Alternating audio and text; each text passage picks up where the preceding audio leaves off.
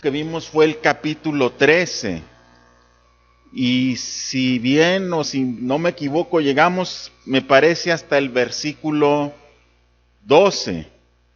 Bueno, para entrar en el contexto, nada más voy a decirle lo que hemos venido tocando en el capítulo 13.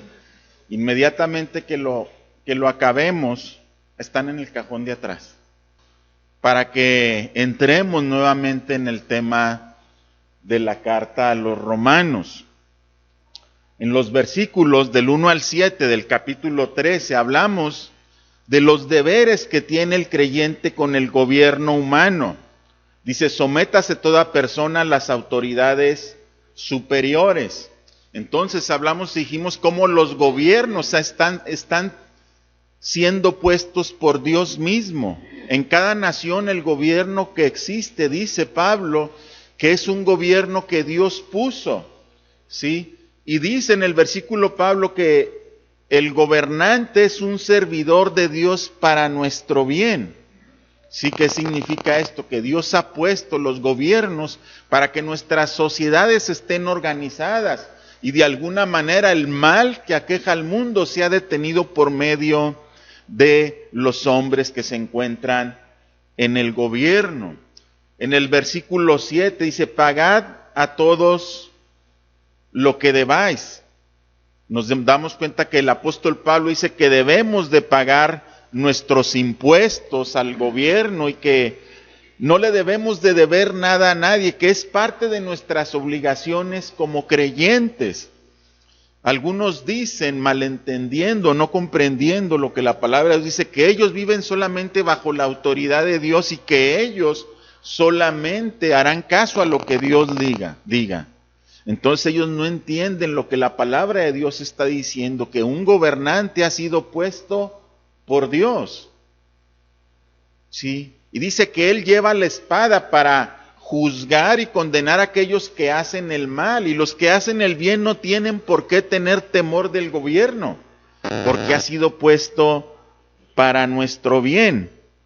En el versículo 8, el apóstol Pablo cambia el deber del creyente que tenemos hacia las autoridades y lo dirige ahora hacia los hombres hasta el versículo 11, y nos da la razón de este estilo o forma de vida. Dice: porque nuestra salvación está cada día más cerca, termina diciendo en el versículo 11 de ahí del capítulo 13.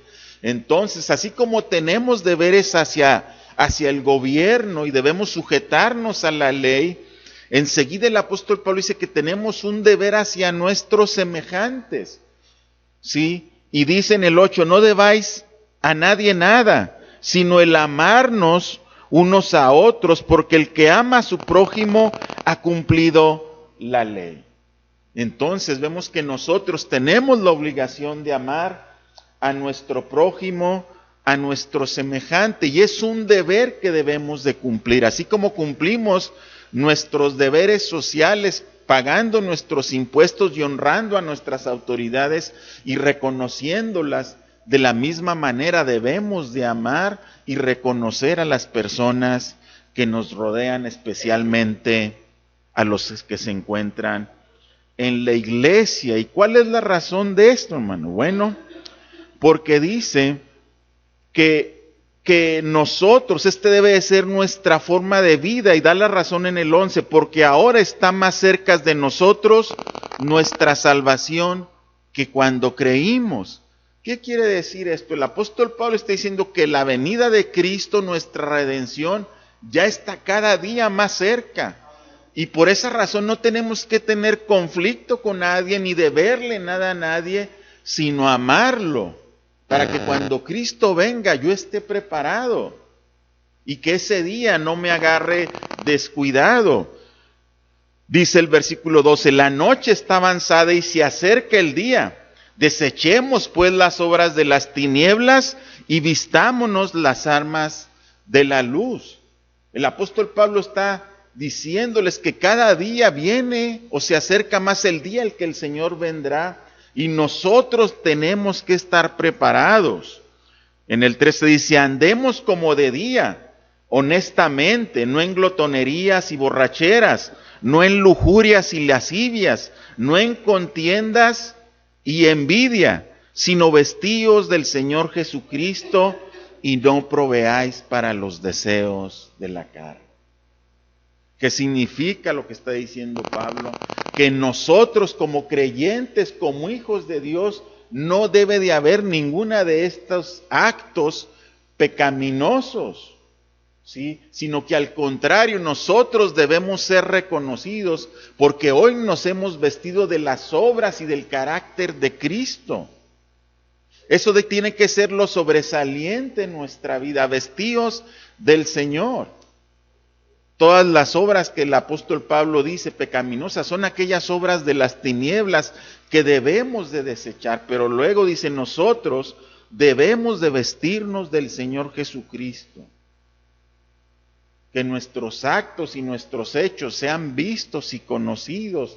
¿En qué sentido? Bueno, que no le debemos nada a nadie, que somos personas que nos sujetamos a la autoridad que Dios ha impuesto y que sobre todo con nuestros hermanos debemos tener ferviente amor, que es a lo que enseguida el apóstol Pablo nos va a llevar en el capítulo 14, y en el capítulo 14 el apóstol Pablo inicia de la siguiente manera: recibida al débil en la fe, pero no para contender sobre opiniones. La iglesia de Cristo está compuesta por distintos grupos de personas, y esto refleja el poder de Cristo para salvar a cualquier clase de personas y nos une en una entidad o una sociedad de personas conocidas como la iglesia de Cristo o como el cuerpo de Cristo. Fíjese bien, Dios en su infinita gracia y misericordia salva a hombres y mujeres de toda clase y de toda condición social y de toda capacidad intelectual. En la iglesia nos une, ¿sí? Aquí no todos somos dentistas, no todos somos trabajadores, no todas son amas de casa, no todos son jóvenes, no todos son niños, sí, no todos son teólogos renombrados, no todos son intelectuales. Unos venimos de una vida tal vez pecaminosa muy marcada por el pecado, otros menos, pero al final de cuentas todos éramos pecadores. Y si tal vez en algún momento usted en la calle se topara a alguien que se encuentra ahora aquí en la iglesia y dijera, bueno, yo creo que con él nunca podría convivir. Uno, porque el que se siente inferior dice, porque él vivía a un nivel muy superior al mío. Y el que se siente superior puede decir, bueno, es que ellos están muy por debajo de mi nivel intelectual, social, lo que usted diga. Pero ¿qué pasa? Cristo, hermano, en su infinita sabiduría reúne en la iglesia a distintas clases y grupos de personas para que formemos su cuerpo, la iglesia. Eso es lo glorioso del evangelio, de la salvación, que tanto puede haber una persona normal, un trabajador, alguien completamente ignorante y convivir con una persona que tiene una capacidad intelectual más elevada. Pero no por eso quiere decir que debamos de desecharlo o hacerlo menos, que es a donde el apóstol Pablo está tratando de llevar a la iglesia. En Gálatas, el apóstol Pablo, en el capítulo 3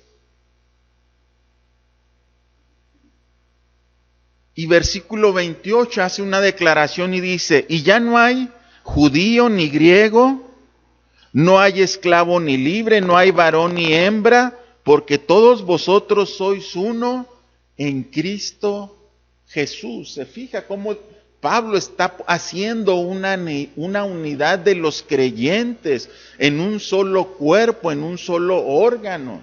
¿Sí? Somos una unidad, todos nosotros. Pero ¿qué sucede? Aún en esta sociedad de gentes redimidas por el Señor, nuestra naturaleza humana, nuestra carne no redimida. ¿Qué nos referimos a carne no redimida? que nosotros entendemos que mientras estamos en este cuerpo nos arrastra al pecado, nos seduce al pecado. ¿Sí? Cuando nuestro cuerpo se ha redimido, entonces seremos completamente glorificados y semejantes al Señor. Pero ahorita todavía nuestro cuerpo quiere luchar y quiere gobernarnos. Y nosotros, como hijos de Dios, ¿qué hacemos? Pues enfrentamos esta lucha, como dice su palabra, y queremos que el Espíritu de Dios sea el que gobierne nuestra nueva vida en Cristo. Entonces es por esta razón, por la influencia de nuestra carne y del mismo mundo, que todo esto ocasiona en la iglesia situaciones de división entre los creyentes, con el fin de destruir la unidad en la iglesia. En la iglesia de Roma, como en la nuestra hoy actualmente, había una diversidad de personas. Y desde el principio de la carta, Pablo nos muestra eso al hablar principalmente de dos grupos, de judíos y gentiles. ¿Se acuerda cómo al principio Pablo en Romanos habla de judíos y gentiles y pone a unos en un lugar y a otros en otra posición, pero al final dice todos pecadores y todos necesitados de la gracia de Dios?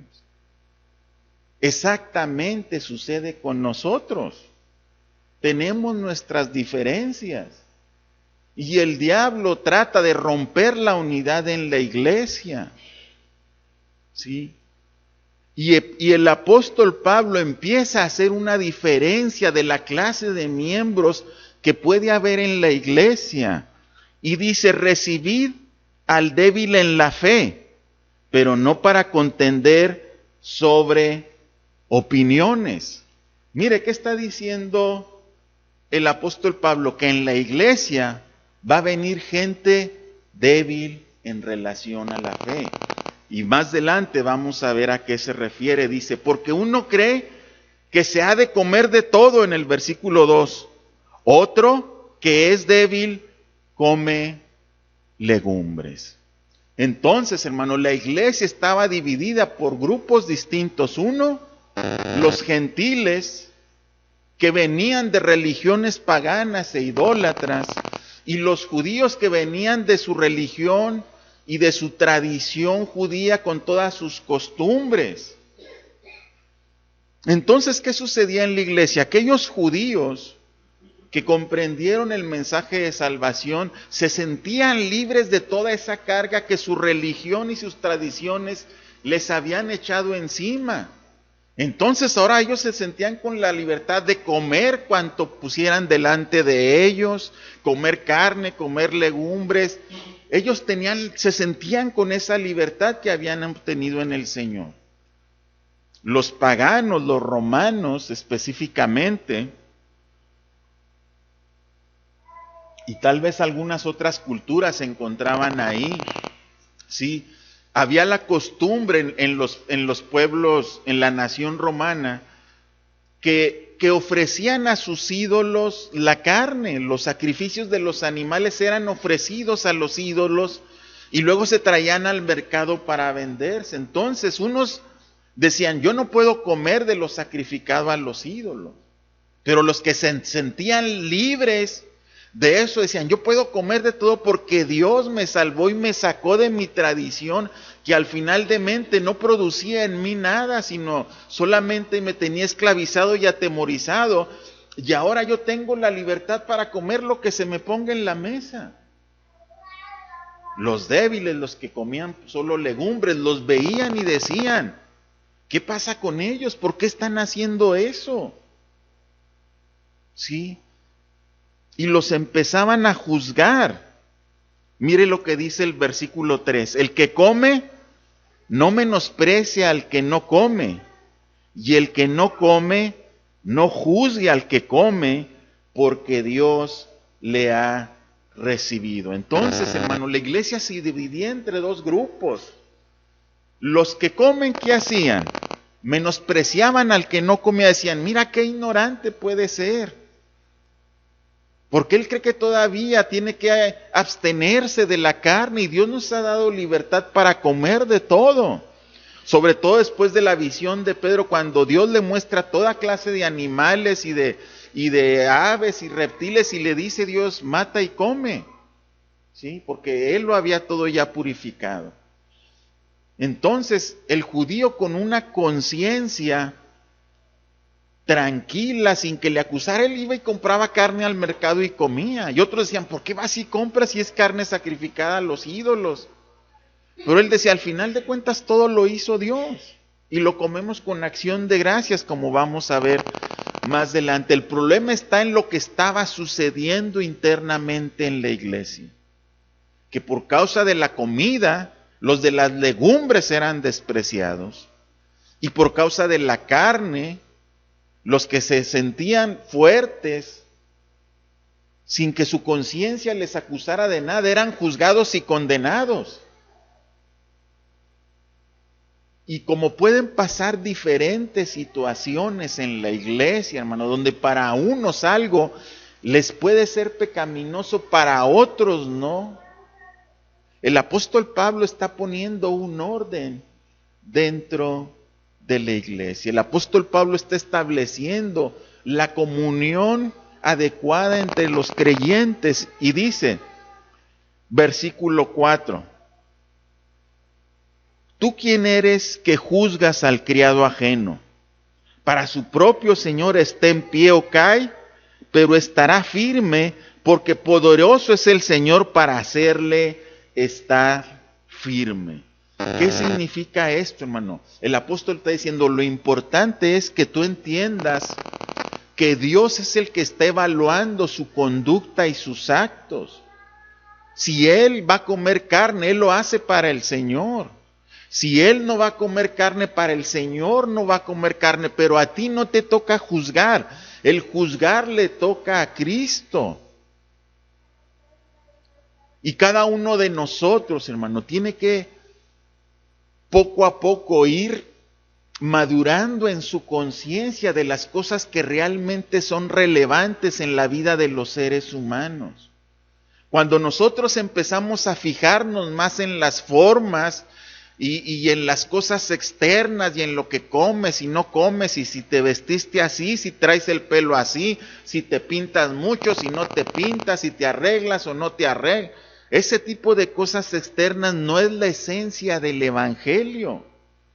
La esencia del evangelio es que no importa en qué condición tú estés, Cristo te ha recibido.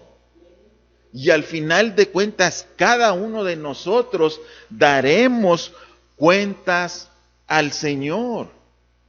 Entonces, mi hermano, yo cuando tengo esta madurez y entiendo, y yo veo a mi hermano en una situación y que él piensa que eso es lo correcto, bueno, para él es lo correcto, está bien. Si él quiere vivir bajo esos lineamientos, si él dice, bueno, para mí el varón siempre tiene que traer el pelo corto, que se vean las orejas. Adelante. Si otro dice, bueno, para mí puede traer el pelo un poquito largo, que se le peine. Al final de cuentas, hermanos, son cuestiones externas, pero esas cosas externas han traído división a la iglesia. ¿Sí? Y por situaciones externas la gente empieza a juzgar a unos o a menospreciar a otros. Por eso en el versículo 5, el apóstol Pablo hace alusión a otra cosa que estaba causando división. Dice, uno hace diferencia entre día y día, y otro juzga iguales todos los días. Cada uno esté plenamente convencido en su propia conciencia. Mire, el judío siempre apelaba al sábado, al día de reposo. Los gentiles tenían también sus días que guardaban para sus dioses paganos, ¿sí? Entonces unos procuran y decir, no, tú este día no debes de hacer eso, celebrar eso, o tú este día tú debes de dedicarlo al Señor, ¿sí? Y también cuestiones de ese tipo, ¿no? Algunos judíos, conservando ciertas tradiciones, guardaban algunos de los días de sus festividades judías. ¿Y qué trataban? De hacer que toda la iglesia guardara esos mismos días o festividades. En la iglesia naciente se trató de judaizar a la iglesia, cosa que la palabra en el Nuevo Testamento nos enseña que ese no era el propósito de Dios para la iglesia. En Colosenses, capítulo 2,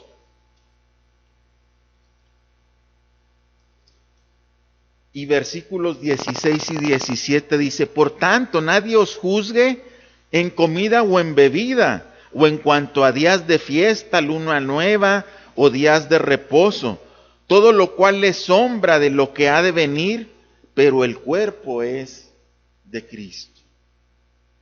Mira lo que está diciendo Pablo: ya nadie te juzgue por los días, porque los judaizantes decían, debemos de adorar a Dios el sábado, ¿sí? Pero la iglesia se empezó a reunir a adorar a Dios el primer día de la semana, el día de la resurrección de Cristo, esto es el domingo, ¿sí? Pero al final de cuentas, Pablo dice, al final de cuentas todo eso son meras cuestiones externas, que no producen nada en el interior, en el corazón del hombre, que al final no nos llevan a nada. Y mire lo que dice aquí: cada uno esté plenamente convencido en su propia mente. Esto es una cuestión de conciencia, pero la conciencia no está por encima de la palabra de Dios, ¿sí? En las confesiones de fe, hermanos, de algunas iglesias, toman una enseñanza que se llama la libertad de conciencia.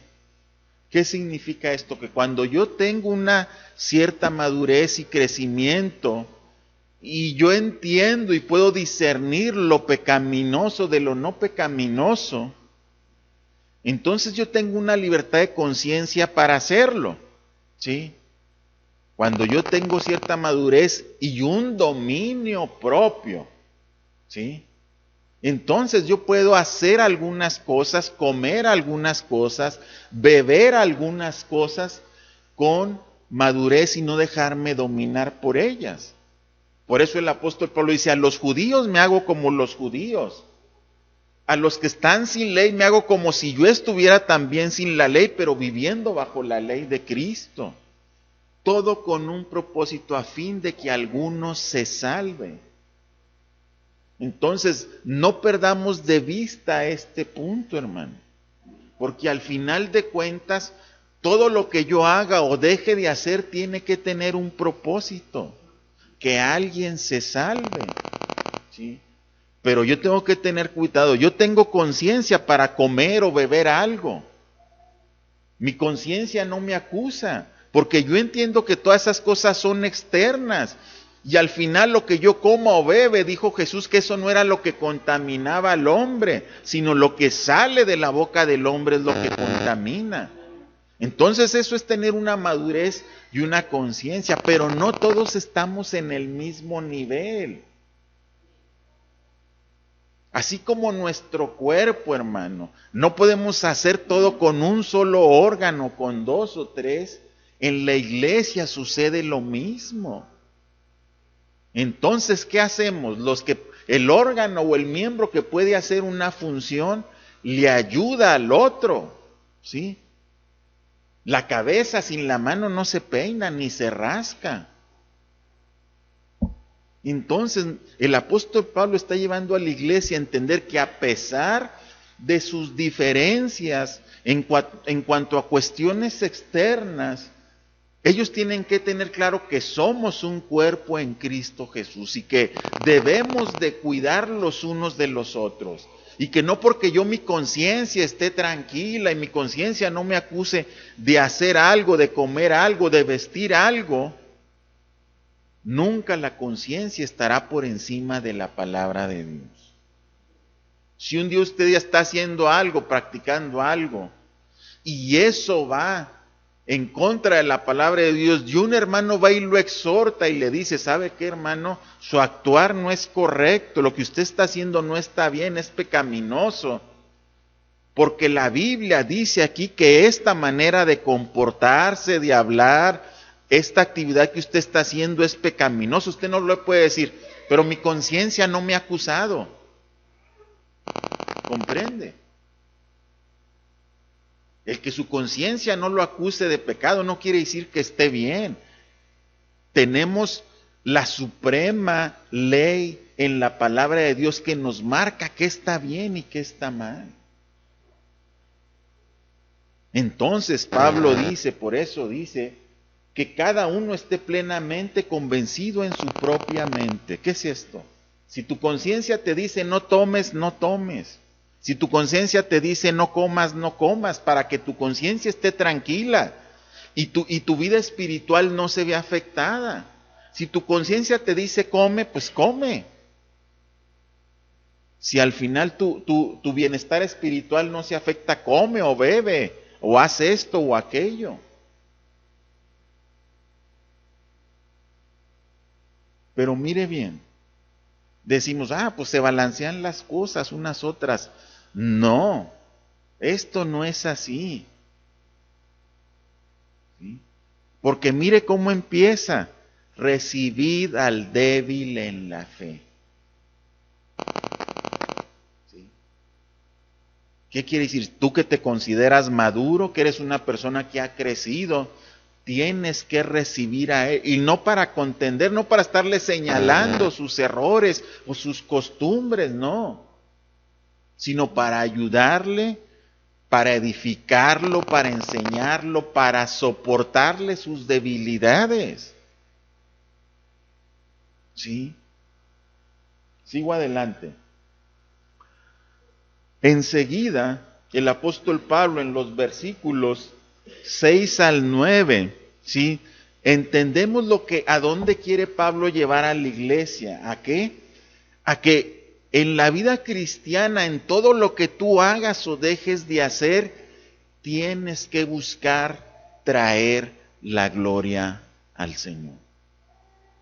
Si comes o no comes, si haces o no haces, si guardas o no guardas días, en todo hay un fin supremo para el creyente, que Dios reciba la gloria.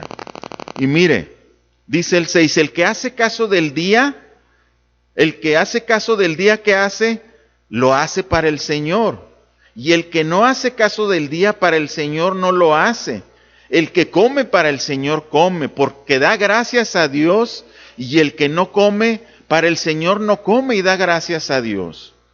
Porque ninguno de nosotros vive para sí, ni ninguno muere para sí. Pues si vivimos para el Señor vivimos, y si morimos para el Señor morimos.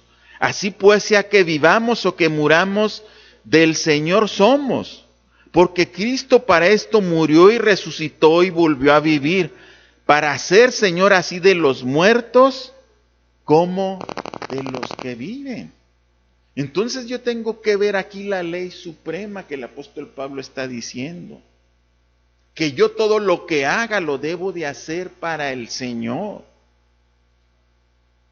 Que en todo traiga gloria a Dios y no le sea yo de estorbo al débil en la fe. El débil en la fe está en la iglesia o llega a la iglesia para recibirle. ¿Y qué implica recibir al débil en la fe? Bueno, todo lo que hemos venido hablando. ¿Sí? Entonces, ¿sí? Nosotros, hermano, tenemos que entender esto. ¿Cómo estoy viviendo? ¿Para qué estoy viviendo? Si hoy decido abstenerme de algo, ¿por qué lo voy a hacer? Y el apóstol Pablo, hermano, toca este tema en distintas ocasiones y lo vemos que lo habla en diferentes epístolas. ¿Por qué razón? Porque escribe a las iglesias y en las iglesias hay fuertes y débiles. Hay gente que cree una cosa y hay gente que cree otra cosa. Hay gente que interpreta la palabra de Dios de una forma y hay gente que la interpreta de otra forma. En la primera carta a los Corintios, en el capítulo 10, mire lo que dice el apóstol Pablo, versículo 23 en delante. todo me es lícito, pero no todo conviene. ¿Sí? Todo me es lícito, pero no todo conviene. Yo puedo comer carne o verduras delante de quien sea, pero delante del débil en la fe no conviene, porque voy a dañar su conciencia cautiva.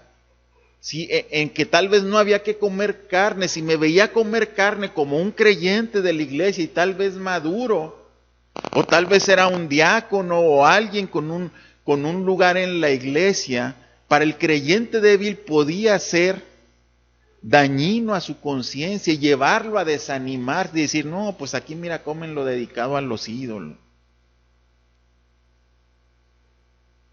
La libertad que nos da Dios está en el todo. La limitación que nos pone Dios es si conviene o no conviene. Enseguida dice, todo me es lícito, pero no todo edifica. ¿Sí? Tú puedes utilizar un tiempo en la recreación y entiendes que no te va a edificar en nada, pero igual lo utilizamos, todos utilizamos un tiempo a la recreación. Tenemos algún pasatiempo, unos les gusta ir al cine, otros van a ver algún juego.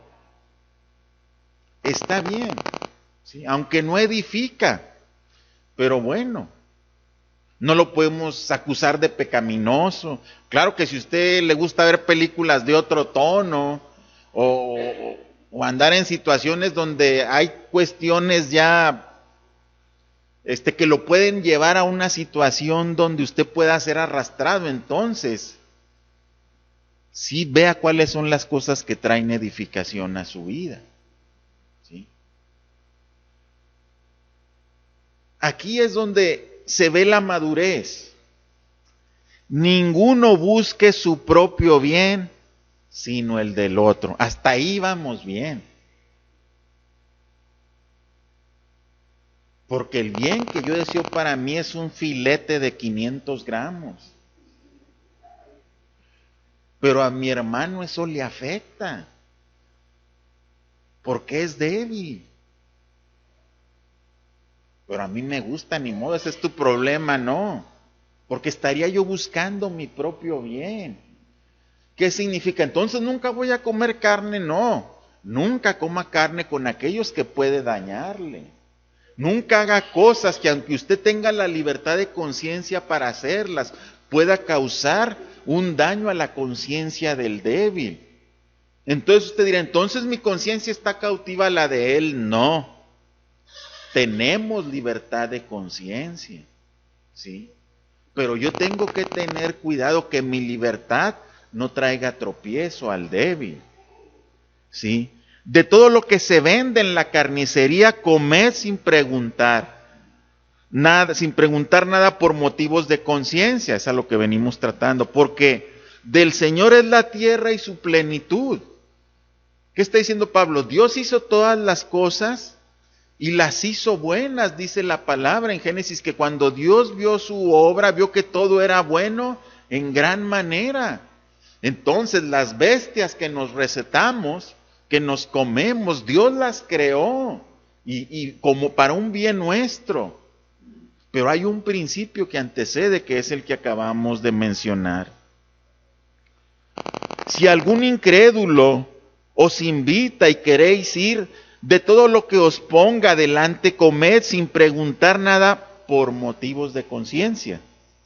Mas si alguien os dijere, esto fue sacrificado a los ídolos, no lo comáis, por causa de aquel que lo declaró y por motivos de conciencia, porque del Señor es la tierra y su plenitud. Y luego mire lo que dice, la conciencia digo, no la tuya, sino la del otro. Pues, ¿por qué ha de juzgar mi libertad por la conciencia de otro? Y si yo con agradecimiento participo, ¿por qué he de ser censurado por aquello que doy gracias? Se fija, son cuestiones de conciencia, pero yo tengo que tener cuidado. Yo que tengo libertad para comer o para hacer algo, por mi conciencia, mi conciencia no puede estar sujeta al que no ha crecido. Eso se entiende. Pero también yo tengo una obligación cristiana de no buscar mi bien y buscar el bienestar del otro. Entonces, mientras yo vea que mis actos pueden llegar a afectar la conciencia de mi hermano que recibimos, entonces yo tengo que cuidar aquellas cosas que puedan dañar su conciencia. Y mire, Pablo dice, recibid al débil en la fe. No dice, si quieres, recíbelo en la iglesia. Si quieres que sea tu hermano en la fe, pues acéptalo, no. Ya están en la iglesia y están entre nosotros. Y si tú te consideras una persona espiritual, madura o fuerte, o bien cimentada en el Señor, tú tienes que entender bien claramente este principio. Y implica que a veces tenemos que sacrificar cosas que para nosotros no nos son pecaminosas, pero para el débil sí. Por eso dice, versículo 31, si pues coméis o bebéis o hacéis otra cosa, ¿qué? Hacedlo todo para la gloria de Dios. No seáis tropiezo ni a judíos, ni a gentiles, ni a la iglesia de Dios. Bueno, si en el que yo me limite de hacer algo trae gloria a Dios, yo lo voy a hacer. Si esto ayuda a mi hermano a permanecer en la fe, yo lo voy a hacer, voy a cuidar de él. ¿Sí? Si yo veo que hacer esto le es un estorbo a mi hermano, entonces no lo haré. Pablo dice, si el comer carne es tropiezo a mi hermano, dice, no comeré carne jamás. Fíjese lo que dice Pablo. Por causa del débil en la fe.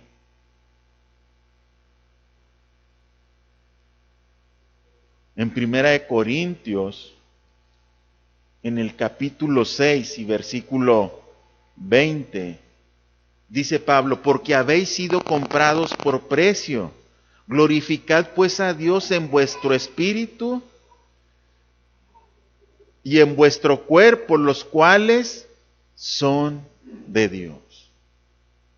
Mire, hermano, yo tengo que entender que en todo el fin supremo es que Dios se glorifique, que Dios reciba la gloria.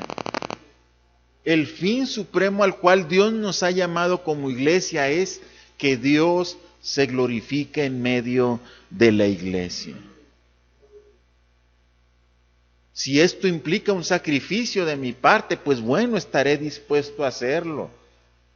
Si esto lleva a que yo tengo una libertad y la puedo ejercer, yo tengo la libertad de ejercerla con toda confianza.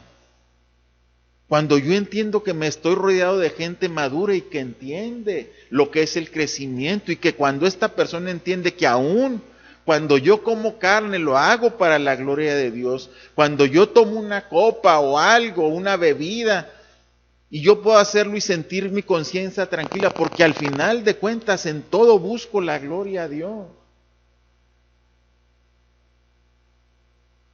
Entonces, hermano, yo entenderé el fin supremo. Y cuando yo entiendo que cualquier actitud mía o acción o comida o cualquier cosa que haga puede ser tropezadero para mi hermano, y yo me detengo de hacerlo, pues estoy buscando la gloria de Dios también. Nuestra libertad de conciencia no da derecho a matar la conciencia del débil, eso sí téngalo claro.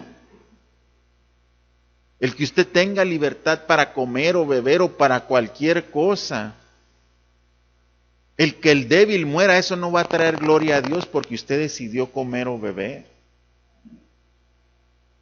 Eso es lo que el apóstol Pablo, hermano, le está diciendo a la iglesia. Somos muy diferentes, somos una diversidad de personas, pero entendiendo el principio bíblico, yo comprendo y debo de hacer aquello que traiga gloria a Dios. Cuando la gente llega a la iglesia, hermano, que viene por primera vez, que son nuevos, que están apenas escuchando, si yo genuinamente entiendo el propósito de Dios y por qué Dios lo trajo a mi iglesia, yo tengo que hacer todas aquellas cosas que ayuden en su edificación. Yo tengo que quitar de mí todo aquello que le pueda estorbar a mi hermano, ¿sí?, que está al lado mío. Pero yo tengo que entender este fin supremo por el cual Dios nos ha puesto por iglesia. Qué triste es que un miembro abandone la iglesia porque no fuimos pacientes con él, porque no quisimos sacrificar nada de lo que hacemos, de nuestras costumbres, aunque bien tengo la libertad de conciencia, por amor a él, yo no sacrifico nada. Esto no es hipocresía, porque uno dirá, entonces ¿qué hipócrita eres? No, no es cuestión de conciencia, de buscar el bien. El bien que yo deseo para mí es el bien que yo debo desear para mi hermano. ¿Y cuál es el bien primero que deseo para mí? Estar un día en la presencia de Él. ¿Cuál es el bien que yo debo de buscar para mi hermano que ha llegado? Que él un día, él goce de la presencia de Dios conmigo. Y lamentablemente, hermano, en nuestra vida, vivimos rodeados de gente así, tanto creyentes como incrédulos. Y si yo vivo en medio de una condición donde estoy rodeado de gente que por su desconocimiento de Dios actúan de esa manera, entonces yo tengo que tomar el lugar que me corresponde y tengo que ser paciente con él, porque él está en ignorancia y en incredulidad. Y de la manera que Cristo nos perdonó, dice la Biblia, así debemos de perdonar a los que nos ofenden. ¿De qué manera Cristo te perdonó? ¿Qué te perdonó? Y tú empiezas a hacer cuentas, pues si yo era esto, era un loto, era un loto. Y todo me lo perdonó Cristo. Y nomás porque no me saludó el hermano ya. No, hermano. Tenemos que tener madurez y tenemos que aprender a discernir quiénes son débiles y recibirlos con cariño. Y velar por ellos y ver cuál es su necesidad. Por eso tenemos un culto de oración donde oramos por la intercesión de las necesidades de gente de la iglesia y de gente que es cercana a los que estamos en la iglesia. Es parte de nuestro carácter y de buscar vivir para la gloria de Dios. Que el Señor nos ayude, hermano, y nos permita poner siempre en primer lugar a nuestro hermano. Yo sé que esto es de lo más difícil dentro de la comunión de la iglesia. Esto es de lo más difícil de hacer dentro de la iglesia. Si a veces en la casa se batalla. ¿Por qué el primero y no yo? ¿Por qué a él sí le diste el pastel y a mí no? ¿Sí? ¿Por qué a él le estás dando? ¿Por qué a él le compraste y a mí no? ¿Sí? Todo esto, hermano, habla de nuestra madurez y de nuestro carácter. ¿Sí? Todo esto habla de quién somos y en qué nivel nos encontramos. Y a lo mejor yo me creía muy espiritual, pero con mis actos estoy demostrando todo lo contrario, que todavía eres muy débil. Porque estás buscando tu beneficio propio antes que el del otro. Aún con el incrédulo tenemos que ser tolerante y paciente. Porque si no fuera así, hermanos, Cristo ya hubiera venido. Y dice la Biblia que Cristo no ha venido porque es paciente para con los extraviados y perdidos. Por eso Cristo no... Y si Cristo está siendo paciente, que es el que murió por los hombres y derramó su sangre, ¿cuánto más nosotros no debemos de ser pacientes con nuestros hermanos, con la gente que nos rodea?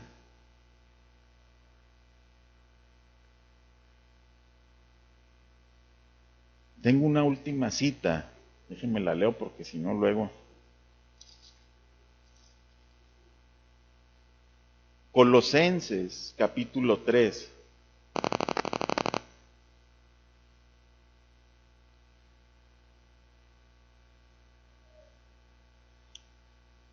Hablando de que nos vistamos de Cristo, aquí el apóstol Pablo dice en qué consiste vestidos del Señor. Colosenses 3, versículos 12 y 13. Vestíos, pues, como escogidos de Dios. ¿Qué significa esto, hermano? Mira, aquí nos tenemos que detener forzosamente. Porque si tú dices ser un escogido de Dios, alguien a quien Dios ha salvado, tú tienes que empezar a portar la vestimenta de los escogidos de Dios. Tus obras, tus hechos externos, es nuestra vestimenta y es lo que va a empezar a manifestar que realmente eres un escogido de Dios. ¿Cómo se visten? Santos y amados, de entrañable misericordia, de benignidad, de humildad, de mansedumbre, de paciencia. Todo lo que hay en mí usted puede decir, hermano. Todas esas cualidades son mías. Nadie dice amén y se sí, amén. Bueno. Y luego, soportándoos unos a otros y perdonándoos unos a otros, si alguno tuviera queja contra otro, de la manera que Cristo os perdonó, así también hacedlo vosotros. ¿Qué opción nos deja? Absolutamente ninguna. Usted tiene la obligación de perdonar, de ser paciente, de ser humilde, de ser misericordioso con su hermano. No importa su posición, no importa su grado de estudios, no importa su nivel económico, no importa.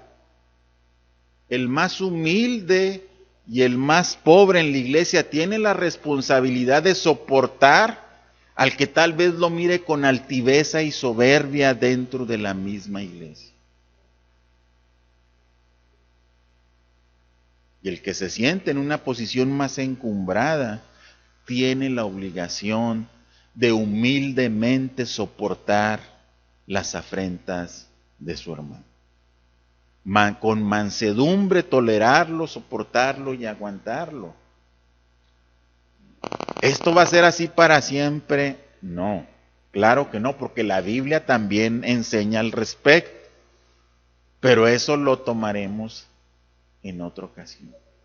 Pero por lo pronto ahorita, como hijos de Dios, tenemos una obligación: recibir al débil, no para contender. Vamos a orar.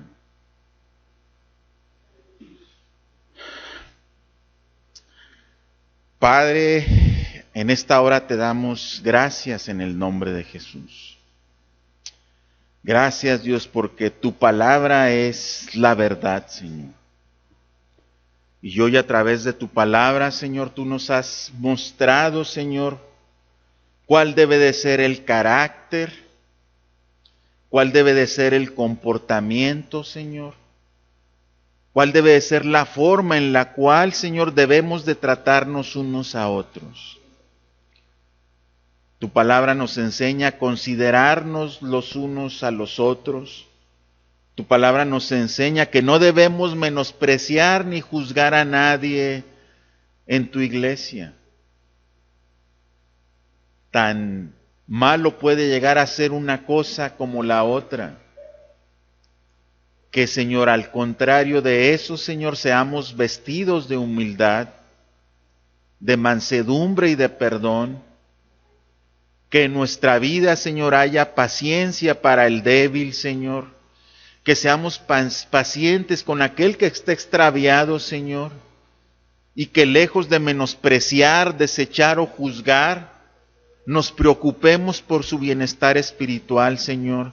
Y que pacientemente a través de tu palabra y de la obra del Espíritu Santo, Señor, seamos quien edifique esa vida, esa alma, Señor, que hoy se encuentra, Señor, en una posición de debilidad y desventaja.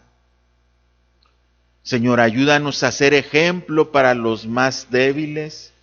Ayúdanos a ser ejemplo para los más pequeños, Señor. Aún a los niños que hay en nuestra iglesia, Dios, que podamos ser ejemplo para ellos y ellos vean en nosotros un modelo, Señor, un ejemplo a seguir en sus vidas. Padre, que de la misma manera seamos ejemplo para el joven, Señor, como para aquel, Señor, que está llegando a la iglesia, Señor, y hoy apenas te conoce y apenas están tratando de caminar, Señor, en conocerte, Señor, en servirte y agradarte. Que lejos de ser tropezadero para ellos, Dios, los fortalezcamos, levantemos sus manos, Señor, los sujetemos y cuidemos de ellos. Que de la misma manera en que tú un día pusiste a nuestro cargo gente que nos cuidó, nos enseñó, nos guió por tu camino, Señor, con amor, Señor, y paciencia. De esta misma manera, Señor, seamos amorosos con ellos, pacientes, Señor, soportándolos y perdonándoles tal vez alguna afrenta contra nosotros. Padre, porque nada hablará más del carácter de Cristo en nuestra vida que actuar de esta manera. Padre, que nuestro fin, que la razón de nuestra vida, Señor, sea la gloria de tu nombre. Que el propósito final de nuestra vida sea el llegar a tu presencia en compañía de las gentes que tú has puesto como hermanos en la iglesia en la cual estamos. Que juntos en aquel día nos regocijemos y nos alegremos en ti, Señor. Y cuando llegue el momento en que estemos delante de tu presencia, Señor, podamos escuchar las gloriosas palabras: buen siervo y fiel. En lo poco has sido fiel, sobre mucho te pondré. Gracias en el nombre de Jesús. Amén. Señor les bendiga, hermanos.